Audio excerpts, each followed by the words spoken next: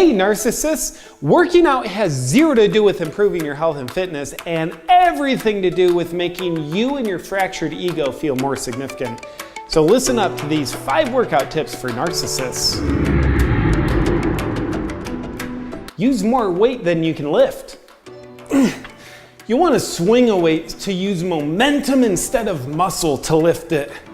Only idiots and actual athletes know that using your muscles to lift a weight will make you stronger and fitter. They don't know about the physiological mechanisms where when you overstress muscles and ligaments, it engages the most important muscle in your body, which is your ego. Always remember this equation: more weight equals I matter more as a person, even though it gives you a worse workout. Slam your weights down after each set. There's only one thing better than working hard in the gym, and that's sounding like you're working hard in the gym so you don't have to work hard. Accordingly, other people in the gym can be so closed-minded that they might start to pay attention to their own workout instead of you working out. People can be selfish. But if you strategically drop your weights after each set, it'll regularly startle people back into noticing you. As a bonus, people will quickly start to view you as one of the most considerate people in the gym, which will make them want to be around you. Scream while you're lifting.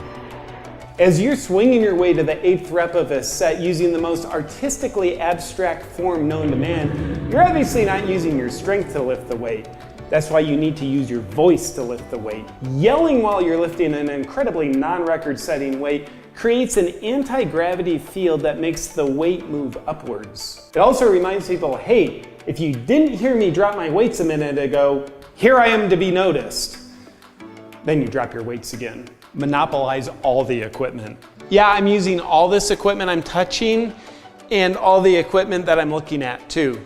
When you're working out in a public gym, some people are ignorant enough to not know this is your private gym. Some of them are righteous enough to think the equipment should be shared. Don't let them kill your high-performance narcissism. Your livelihood depends on thinking that people who don't want to look at you want to look at you. Besides, if they have to wait on you doing 1 set of bicep curls in a squat rack every 5 minutes while you superset that with bruising your rib cage with bench press, then they'll be noticing you more. Wear children's-sized shirts. Tight sleeves suggest big arms.